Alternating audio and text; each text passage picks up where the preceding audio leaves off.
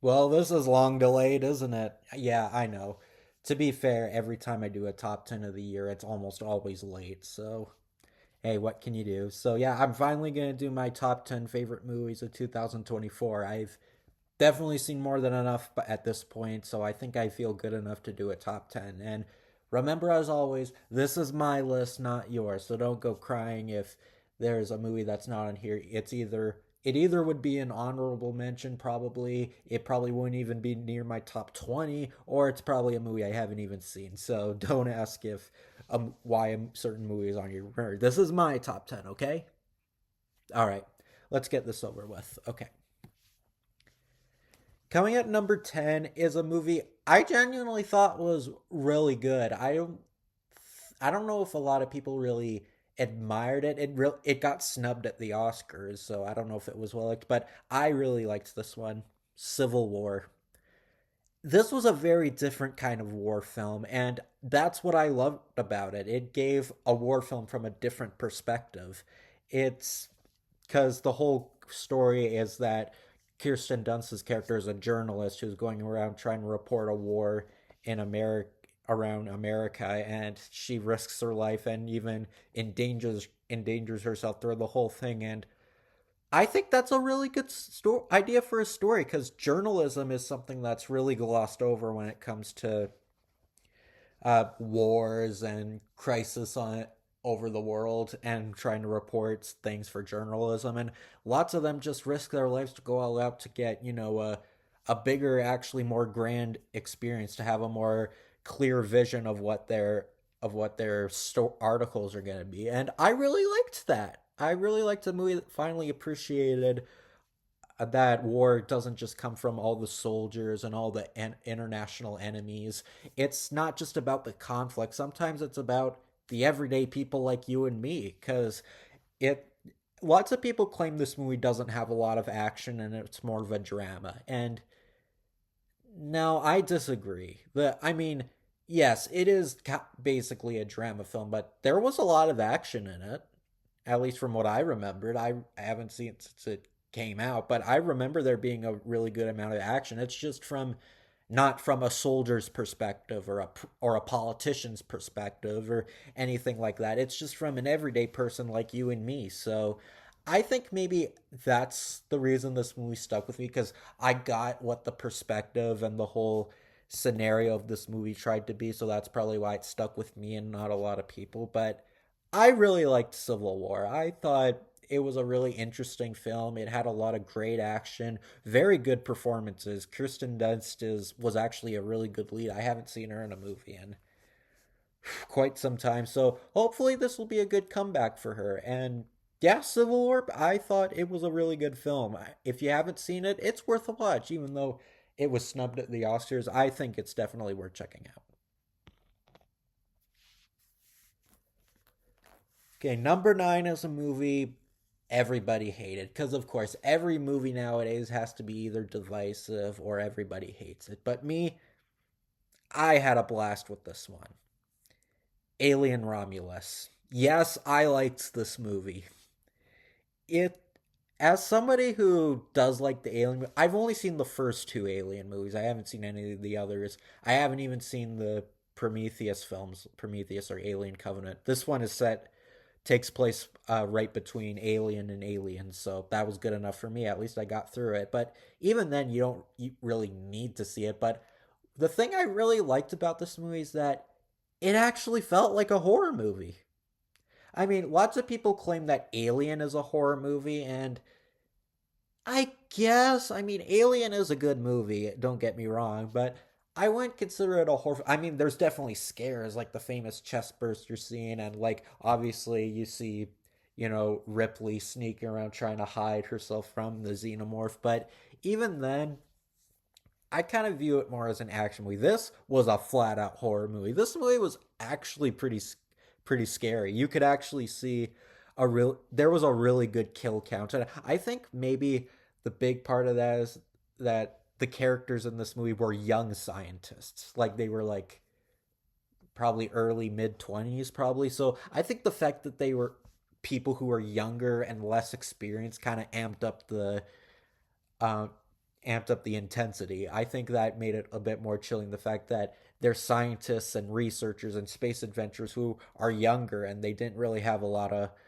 like they didn't really have a huge life beforehand, so their life's cut short. So that made it all the more scary. And all the all the young actors, they do very good, especially Isabella Moner is in this movie, which I mean she's great in basically anything she's in. So I definitely understand why she gave a good performance. I didn't really recognize anybody else, but I think they all did really good for their age. I don't think they've ever done anything else, but I think they really show fear very well because this movie definitely wants to amp up that horror aspect of being a horror film like what Alien is supposed to be, but doesn't really succeed in that. This, it does succeed in that. You get a lot of good kills and a lot of good practical effects because this movie only had an $80 million budget. I mean, mind you, I guess it is technically a horror film, and those are always relatively cheap. But I I really liked Alien Romulus. I know everybody said it was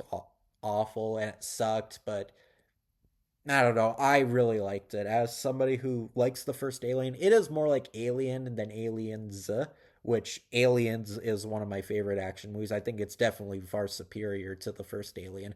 Nothing against that movie, but I just think Aliens is better. But you know what? As a fan of the horror genre, I liked the direction this movie took, and I had a lot of fun with it. So yeah, I liked Alien Romulus. I'm not crazy. I really had that much fun with it. So, yeah, number 9 is Alien Romulus.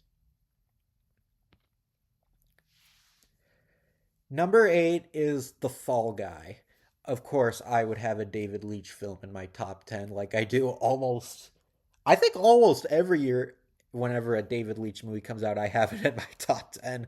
But it's not purely because of who directed it. This movie, it really stuck with me because I love movies about filmmaking, and I think this movie really succeeded at doing something that kind of like Civil War. It touched on a aspect that not a lot of people give credit for. This movie was about a stuntman. And I feel that when it comes to movies about filmmaking, it's always about actors or producers or directors.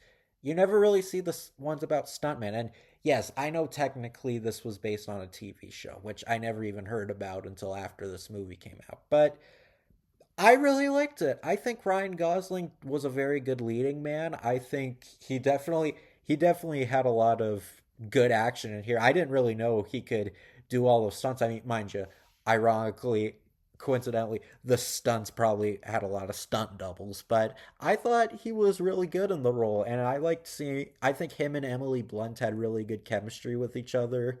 Because Emily Blunt's always great to see. I always like her, and even the whole aspect of like how the main guy he was how Ryan Gosling gets framed for something because people use deep fake technology. I think that's was pretty good commentary of how evolved AI has become to, ridicule a bunch of people. So I think that was pretty good commentary about how today's technology really can really have a disadvantage. So I thought that was a really neat idea. And Aaron Taylor Johnson, he's been in a lot of movies lately. He was definitely good to see. I like that he's being in a bit more bigger action movies than Kick Ass. So mind you, he's getting older. So yeah, The Fall Guy, it was a good love letter to the stunt genre. And given David Leitch started as a stuntman before he was a director, this I could probably understand why this would have been a passion project for him. So yeah, The Fall Guy, if you haven't seen it, it's worth a watch. I mean, it's not as cool as David Leitch's other work. Like, it doesn't have lots of awesome fight choreography and over the top stunts. But if you like the idea, the job of a stuntman, or if you like movies about filmmaking, this is a good one to check out. Shame this one didn't do very well when it came out, but hey, not everything has to be a hit, I suppose. But hopefully it'll become a cult classic in the near future. Who knows? So yeah, The Fall Guy, I think it definitely deserved better. I really enjoyed this one.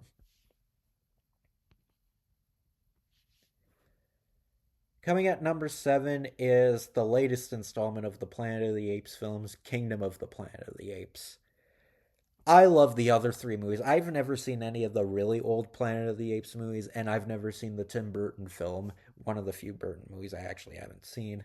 But I did like the last three movies, and this one, it was no different. It was a very good film, and a lot of that is because it basically kind of took War for the Planet of the Apes and kind of evolved it. And the whole point is that all the apes are looking after a human child, and because if you remember, that's what happened in War for the Planet of the Apes. And in this one, it's more focused on the relationship between humans and apes. And yes, I know that's kind of what all the other movies were about, because the first one had James Franco raising Caesar, and then the second one there was a bunch of humans invading the apes land. And yeah, but this one, it's more about their relationships, about how they can advantage the idea of humans being with them, because it's about this young ape named Noah who gets a French forms a friendship with this one girl who who he met. And it's there's a lot of surprisingly touching moments. Like, you really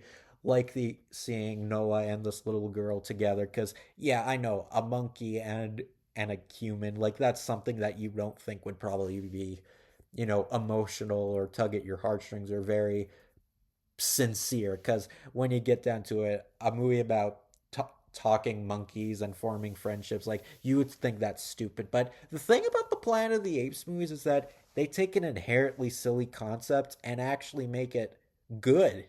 They actually make it cool. That's the one thing I always say when people say, given how every superhero movie nowadays is a comedy, people say superheroes are supposed to be stupid. I'm like, you can break down any concept and it would be stupid. And same with Planet of the Apes. It's an inherently stupid concept, but they make it work. And it was neat seeing all the apes talk, because I like how with each and every single movie, as they all go, all the apes start to form more words. Like in Rise of the Planet of the Apes, the apes didn't really talk except until when Caesar just shouted "No!" And sometimes, and I mean, yeah, granted, for the most part, the apes just use sign language, but it was really interesting seeing all the apes actually talk this time. It goes to show how far those creatures have evolved and how much time has passed since the other three movies. So if you love the other three Planet of the Apes movies, this one's no different. It's a very good film, and I don't think it did that well, because weirdly enough, at the start of the last summer, not a lot of movies did well. Especially this one, especially the next film I'm going to talk about, which you'll see. But yeah, Kingdom of the Planet of the Apes, it's a really good film for a movie that I was like, do I think this is really needed after War for the Planets? But no, it's kind of its own thing while still honoring the other movies, and it works really well in that way. So yeah, Kingdom of the Planet of the Apes, I really liked this one. Another great hit for the Planet of the Apes films, even though Matt Reeves didn't direct this one. I know he didn't direct Rise of the Planet of the Apes. Instead, this one was directed by Wes Ball, who did the Maze Runner films, and which makes sense because Matt Reeves is busy with Batman. But that aside, it still has that Planet of the Apes goodness you love, while still being new and unique enough to be a new film in the franchise to prove it's worthy of existence. So I really liked this one. If you liked the other three movies, this is definitely worth a watch.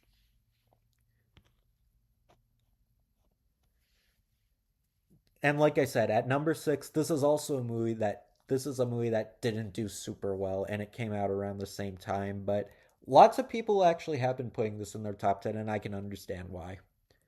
Furiosa. I really liked this movie. I did like Mad Max Fury. I did really like Mad Max Fury Road. I mean, would I call it one of the best action movies ever made, like a lot of people? No. But I still think it's a good movie. And this one, I'd say it's on par. I think it's probably just as good as Fury Road. I actually had a lot of fun with this one. It has a very great style to it. I love its, dystopian, dirty, gritty look to it. And even more so than Fury Road, it has more of a cyberpunk feel. Like, you see Furiosa with all that gear and even like a metal arm, and like, it's really cool. And you see all those machines that they all drive. Like, it's so cool, and there's a lot of great action to go with it. And Anya Taylor Joy's performance was very good. She's a very talented actress, and she I think she was perfectly cast as a young Furiosa. I could definitely see her in this role because I did love Charlize Theron in Fury Road, but here Anya Taylor-Joy was very good in the role. I thought she really had that kind of tough but cool demeanor to her. I think that's kind of what a lot of her Anya Taylor Joy's characters be. She kind of has that kind of stern look, and she really brings the character to life. And Chris Hemsworth, it was really cool seeing him as a villain. It was very interesting and different, but I really liked it for that. And it was good. Finally, a movie where Chris Hemsworth doesn't play a strong but stupid man. Thank you. I swear, I don't get me wrong. I love the guy, but I'm sick of every Chris Hemsworth movie. He's just himself in every movie. He's always the strong but stupid guy, like Ghostbusters, pretty much any MCU movie after the first Avengers, because or I guess since Age of Ultron, probably Men in Black International. He's basically the stupid man in every movie, but here he can be a pretty intimidating villain, and I really, really liked him in the role. In the role, it him and Anya Taylor Joy have a lot of great scenes together, and there's a lot of great action and brawls as you'd expect for a Mad Max movie. Mind you, I've only seen Fury Road, but I do get the overall gist of what the franchise is supposed to be. So yeah, Furiosa was a very great film. It was a fun experience, and it really deserved better because I had a lot of fun with it. Hopefully, just like the Fall Guy, hope maybe it'll get more attention in the next couple years or so. So I really liked Furiosa. At number five is the third installment of a movie series that keeps getting better with each movie, and I can't even wait even more for the fourth one to come out because I was already excited for this when the second one came out, but now I can't wait to see for Sonic the Hedgehog 3.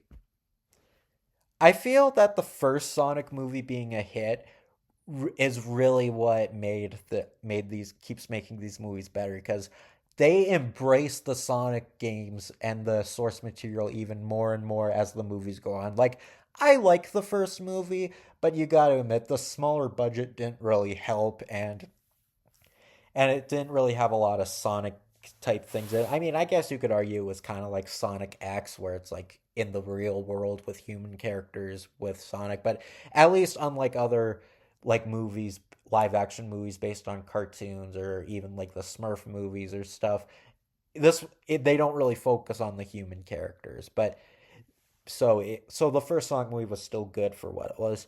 This movie was really good, and I think a big part of what stuck with me is that this felt more like the Sonic games that I grew up with because I'm a 2000s kid and I grew up in that era where Sonic wasn't really he didn't look very cartoony and short and it wasn't really colorful like the early games. Like it was more angsty and cooler, kind of like which makes sense because Sonic Adventure 3 was a big influence on this movie and considering Shadow was a main character and Shadow was amazing. Keanu Reeves really was great in this role. I know it was kind of boring. Everyone said Keanu Reeves should play Shadow, but then I'm like, but you know what? After seeing this movie, he's not a bad choice. I think he definitely fits a Sonic character. Like he's got that very dry delivery, but that cool angst to him that really fits Shadow. And the effects are flat out amazing. Like, oh, thank goodness that when the first movie came out, they changed how Sonic looked because I doubt this movie would have looked as great as it was. And you see a lot more of the characters this time, like Tails, Knuckles, and there's a lot of even the climax. The climax takes place in outer space. Like the first movie was just kind of a road film with Sonic fighting a bunch of robots and him in a car with James Marsden. I don't think anybody would have expected a movie like that to evolve into a movie where the climax is set in space. And yeah, Dr. Robotnik is in this movie as with the other ones. And yeah, kind of like how Batman movies reuse the same villains or how the Fantastic Four movies all use Doctor Doom. I guess some people probably wouldn't love the fact that Robotnik's in every Sonic movie, but I think Jim Carrey's great in the role, and I think his double role as Robotnik and his father Gerald Robotnik. I think the whole double role thing was pretty funny, and I thought it led to some really good moments. And even Shadow's backstory with the girl was really good, and there was a lot of emotion to it. I'm like, this this is probably like at times the most serious Sonic movie. I mean, it's still a goofy movie at heart, but let's be honest, compared to the other two, it does have a bit more serious moments. And while I do like Sonic to be goofy and fun, it was kind of cool to have them amp up the tension a little bit with this one. So I absolutely loved Sonic 3, and I can't wait for the fourth one even more. Because, well, if the third one's the best one yet, maybe the fourth one could be the best one yet. So yeah, Sonic 3, I really liked it. All right, coming at number 4 is the first MCU movie in my top 10 in a long time. Well, when I say long time, I mean like, you know what I mean. It's been a lot. The last MCU movie I've had in my top 10 was probably Thor Ragnarok in 2017. Oh, that aged like mayonnaise. Thor Ragnarok, one of my favorites of it a year. Oh, oh, what was I thinking? Was there no good movies in 2017? But anyway, I'm pretty sure you know what movie I'm talking about. Deadpool and Wolverine. This is the first MCU. I don't think I've enjoyed an MCU movie this much since the first Guardians of the Galaxy. Heck, let alone the winter, let alone Winter Soldier. Like, okay, it's not as good as Winter Soldier, but like you get what I mean. Like this is the first MCU movie in like 10 years I've thoroughly enjoyed and really liked. It was an absolute blast. As a fan of both the characters, I highly liked it.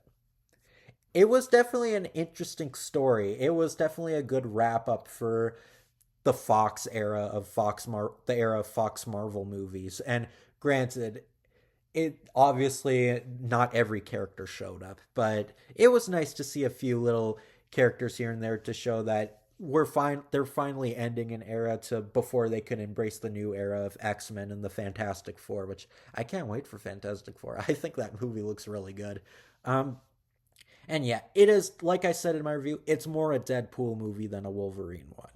Because obviously, tone wise, it's very goofy and tongue in cheek and very almost like it pokes fun of itself. But that's what I liked about it. Because in the other Deadpool movies, I mean, given the first had a small budget, and of course, both movies had licensing issues, you couldn't integrate him with a lot of characters and have him acknowledge a lot of stuff. But here, you do see him with a lot more characters. Like, I mean, granted, this one is a crossover movie, so you do see a lot of alternate characters. Like, in the beginning, you saw him with Happy Hogan because he wanted to join the Avengers. And even later, and when he's in the Void, you see so many characters. I couldn't talk about this in my review of the movie because, well, I didn't want to put spoilers in it because it was the day it came out. But there was so many characters in this movie that made me cheer in the theater. Like, I don't think I audibly cheered I almost never cheer in movie theaters. Like, I mean, I cheered I cheered at all the credit scenes in the Sonic movies. I cheered when Toby and Andrew show up in No Way Home, and that's really about it. But this week, there's so many characters that someone who has a history with Marvel movies, it was incredible. I mean, Elektra wasn't a surprise because she was confirmed when the movie was filming, but they first show Human Torch, like Johnny Storm, like who would have ever expected him, a Fantastic Four character, to appear? I mean, granted, the the fake out was kind of cheap. Like, I mean, I honestly expected it to be Johnny Storm. Like when you show Chris Evans in the cloak and they want people to think it's Captain America, and I'm like, nah, it's got to be Johnny Storm because really, like anybody would guess it's Captain America. And what would Captain America be doing in the void? The Human Torch is from a universe from just two movies that never went anywhere. So it's got to be him, and it was. And when even when Blade showed up, I think that's when I cheered the hardest. I never thought I would see Wesley Snipes' Blade back as Blade again. It's kind of tells you something how bad the production on the MCU Blade has been when we get Wesley back before we even get a new Blade. But it was a lot of fun, and it not just because of fan service, which is a term I'm honestly pretty sick of. It was an interesting story about how all the universes uh, alternate and how they get affected. And I do like the idea of the anchor being. I like because the whole conflict of the movie is that Deadpool has to find another Wolverine because far distant into the future within the extra timeline, the events of Logan happen. And after Logan died, it affected pretty much every section of the timeline. And I really liked that idea. I mean, granted, it kind of makes you think, why Wolverine? Because at first you think it's probably because he's the most popular X-Men. But when you really think about it, he's the sole survivor. If you remember the events of Logan, I mean, granted, there were other mutants, but almost every one of the X-Men was dead except for Charles. I mean, yeah, Charles did die in Logan, but you know what I mean. So it does make sense. And yeah, Wolverine was a joke in this one, you could guess, but I didn't mind it because it's very clear was a very different Wolverine from the ones from the other movies. But obviously, his style, his more funnier aspect to him, I didn't mind it. I think it really fit his surly, gruff, bad boy attitude. And I think him and Deadpool had a lot of funny chemistry with each other. It very much felt like a buddy comedy. And it really had good character development for Deadpool because in the first movie he's pretty much just a self-centered abrasive psychopath, but in this one he genuinely wants to save his world and he wants Wolverine to redeem himself because he's learning about teamwork. And I like that. It didn't just feel like a rehash of the first movie, like Guardians of the Galaxy Volume 2. But yeah, Deadpool and Wolverine, it's not objectively a great movie, but it was the funniest movie I saw last year. It was definitely the most fun I've had at the movies last year, and I have enjoyed an MCU movie this much in a really long time. So, yeah, Deadpool and Wolverine, finally an MCU movie on my list after so many years. So, congratulations, Disney. You made something great. So, yeah, Deadpool and Wolverine is number 4. Number 3 is a sequel that I didn't want to say I had no interest in. Like, I did want to see it given it was Pixar, but it's a sequel I didn't feel was needed. But I think my low expectations really helped because this was a great sequel. Inside Out 2. I think my low expectations did kind of help, but this movie was even better than the first because the first Inside Out, I liked it. Like some things were kind of weird, some things didn't really make sense. And I mean, I get the whole aspect that it's about a kid who was feeling pretty homesick for moving, but this one, I really applaud because it touches on a lot of things that a lot of media is afraid to do. And I loved it for that because the whole thing is that the kid becomes a teenager this time and enters high school. Okay, can my American friends explain to me, like, do you go to high school when you turn 13? Because here, where I'm from, high school doesn't start until 10th grade, but whatever, that's just a nitpick. And I think it really is a realistic depiction of what happens when you become a teenager and when you enter high school. Because lots of people say high school is the best time of your life. Bull crap. No, it's not. Stop coping. But it's it touches on a lot of really good realistic scenarios about how even though when you become 13 and you're a teenager, you still feel like a kid. You don't really feel any different. You just feel like your age is just a different number. It feels like you're just still a kid. Nothing really changes aside from the fact that it was your birthday. Because that's how I felt when I turned 13. I really remember back to that age. I remember when I was 13, I didn't feel any different. Lots of people, I mean, everyone in my family kept saying, "You're a teenager now. Do you feel like a teenager?" I'm like, "No, it's nothing. I still feel just as I was like 2 years ago. Like, and and there's a lot of drama about trying to fit in because there's a lot of scenes where Riley really tries to fit in, but really tries not to embarrass herself, and that's relatable. That's actually a lot really similar to what I went to when I turned 13. And I'm not one of those people who say movies need to be relatable to be good. But no, I think that's really what stuck with me. And it really touches on a subject that no media, I never seen any kids media talk about, anxiety. Because the new emotion, anxiety, yes, even though one of my problems with Inside Out was they have so many negative emotions and joy's the only positive one. This one, I get the idea of having anxiety as an emotion because the idea of anxiety really helps when you're comes across when you're a teenager. And the best thing about this movie is that it's not one-sided. The depiction of anxiety is not one-sided. It does shift. Sometimes it helps, sometimes it hurts. Because when you first see anxiety, you think, how is anxiety deemed an antagonist? Like at first, you see Riley try to communicate with others, but then anxiety tries to shelter Riley and shelter herself from embarrassing herself. And I'm like, yeah, that's good. Sometimes a little anxiety is good at helping your mental health because when I was a teenager, when I turned 13, I was kind of afraid to talk to a lot of people because I didn't really feel like my age yet because I still felt like a kid. And but although it does also show the negative side of anxiety because it shows that anxiety really wants to control Riley and it's really interfering with her personal life and she wants to shelter herself out from the world. And I'm like, yeah, that does show that how bad anxiety can be. Sometimes it's helpful and sometimes it's hurtful. Like anxiety is not a particularly good or bad thing. It's just a thing. It's a complicated thing that can either help or hurt depending on how you use it. And I'm like, yes, this is something kids should know. When people like I'm sure a lot of younger kids hear like their parents or their older siblings or like their cousins or whatever saying, "Oh, I'm having a lot of anxiety." Some they probably just assume that anxiety is a negative thing and it's not always bad.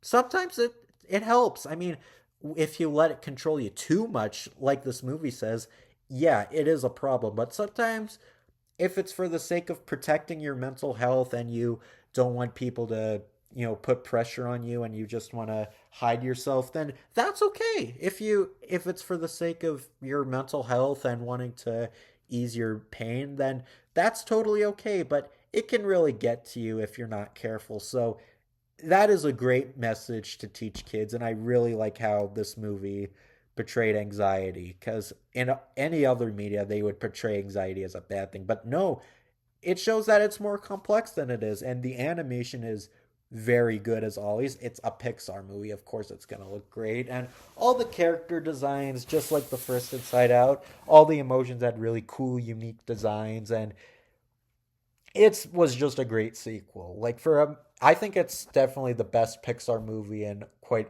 a few years. I thought it was very good. I don't think I've liked a movie of theirs this much since Toy Story 4. So, yeah, Inside Out 2 really liked this one. It was really surprised me. Okay, with how much I praised Inside Out 2, you would think was that your favorite animated movie of last year? No.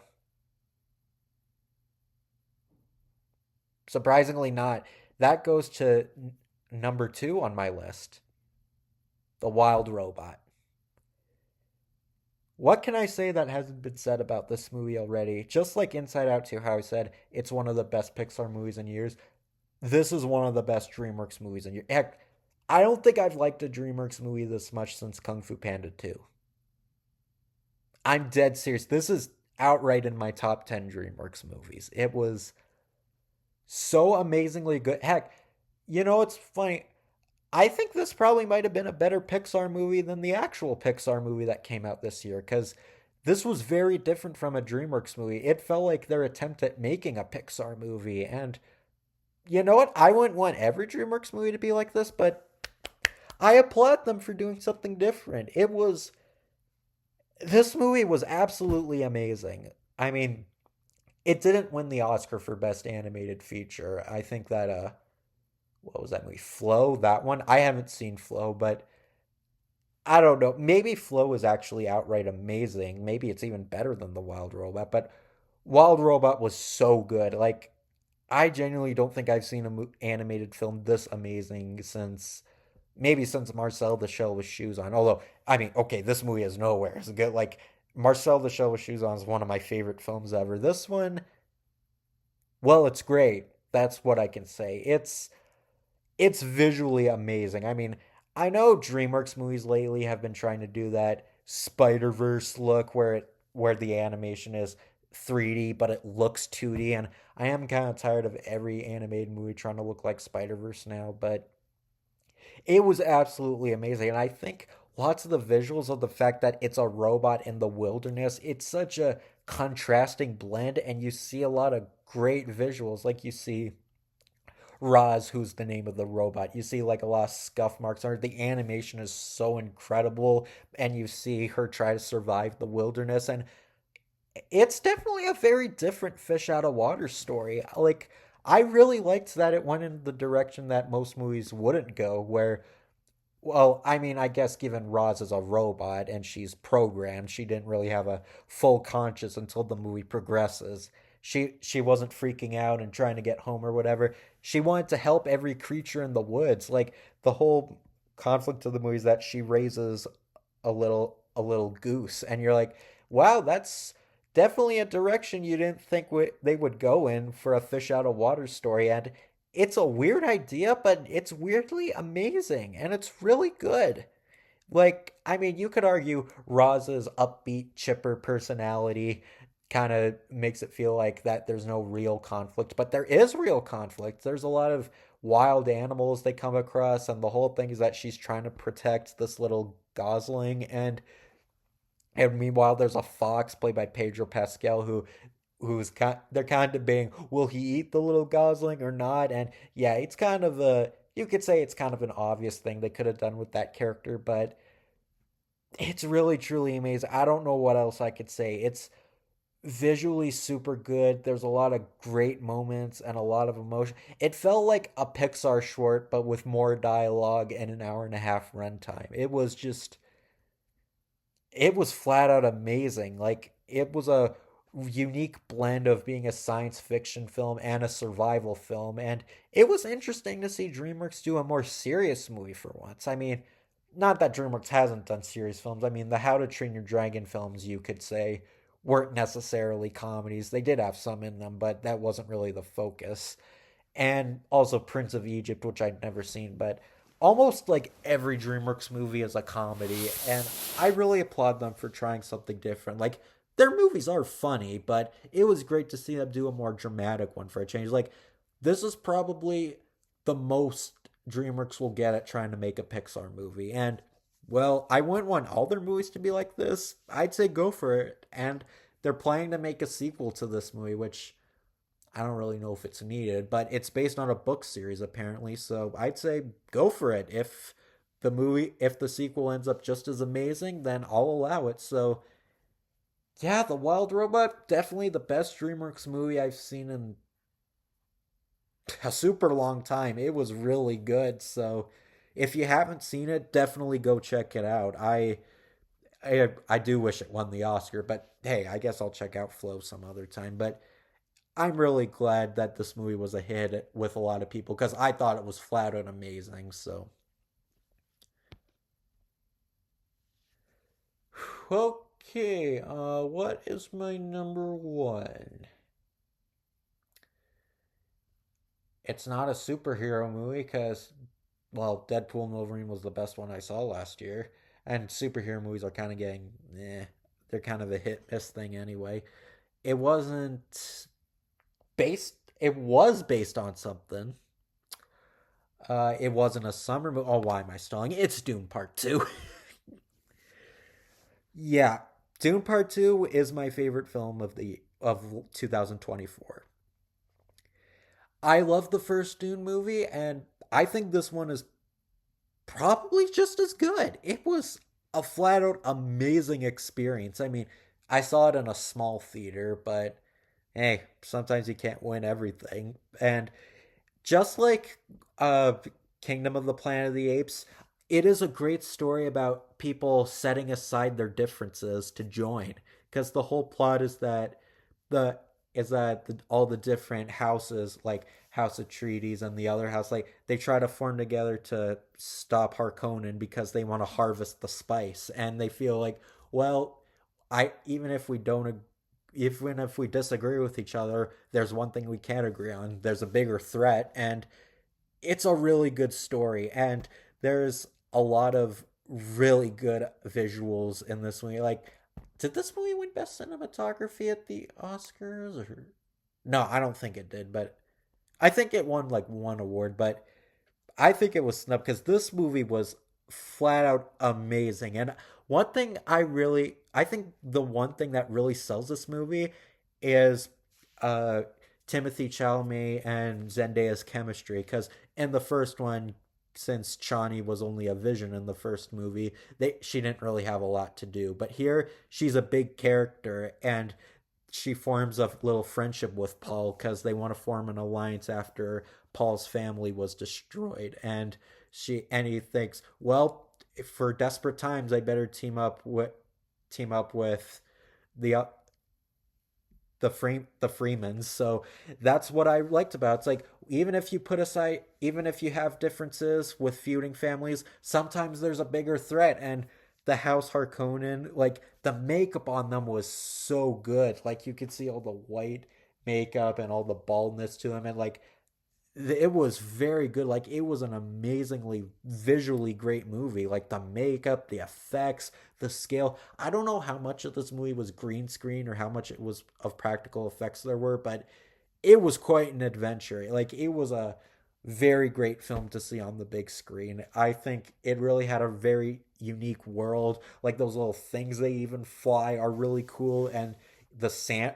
fly riding all the sandworms. It gives you a really great feel of another planet, just like Star Wars did. I mind you, all the other planets in Star Wars are definitely varied among each other, but and Dune is mostly just deserts. But there's a lot of really cool stuff in this movie, and the action was also really good. It really bounces out the drama, the world building, and the action all at once, and that's something that's really hard to do with these kinds of movies. And it was also nice seeing Anya Taylor Joy in a cameo. I wasn't expecting her to appear. She had a good year last year with this and Furiosa, but yeah, it was just flat out a fantastic film, and the score was amazing as always. The sound was amazing. It was great to hear on a big screen, and what else can I say? Just like the first one, Dune Part 2 is a fantastic story about feuding and about feuds, trying to set aside your differences and perspectives on motivation, kind of like how in the first movie everyone was trying to obtain the spice, but here there's kind of debate on whether they should form an alliance together to try to stop Harkonnen from harvesting the spice, and feel, should we trust our enemies because they could probably double cross us and obtain the spice for all we know. But it was a really interesting story about, I mean, putting aside your differences is not really a theme that's new to films, but it was really good. Like it's a flat out incredible movie, and I'm glad it was a giant hit. And Dune Messiah, I think, is the prequel. I think, yeah, there's going to be a prequel called Dune Messiah, and I can't wait for it. I mean, I think, or is it yeah, I think it's a spin-off prequel, but I can't wait to see it. Like this is an extremely cool world in Dune, and it's a very interesting thing to see on film. I haven't seen Dune Prophecy, the prequel series, but I do want to check it out sometime soon because this movie was flat out amazing. I do kind of want to be in a Dune mood.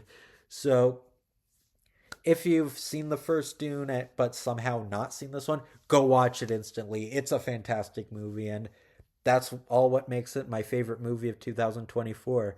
It has a great story, very good characters, amazing makeup, amazing cinematography, amazing effects. Just, it's a flat out amazing movie. What can I say? So, yeah, Dune Part 2, if you love the first movie, I'd say it's definitely worth a watch. It's very, very good. So, yeah, Dune Part 2 is my favorite movie of 2024. So, hope you enjoyed this very, very late top 10, but let me know what your top 10 of 2024 was down below. So, I'll catch you all later. So, see you later with whatever I come up next. So, glad I finally got to do this top 10 because I always slack on it. So, take care, everybody.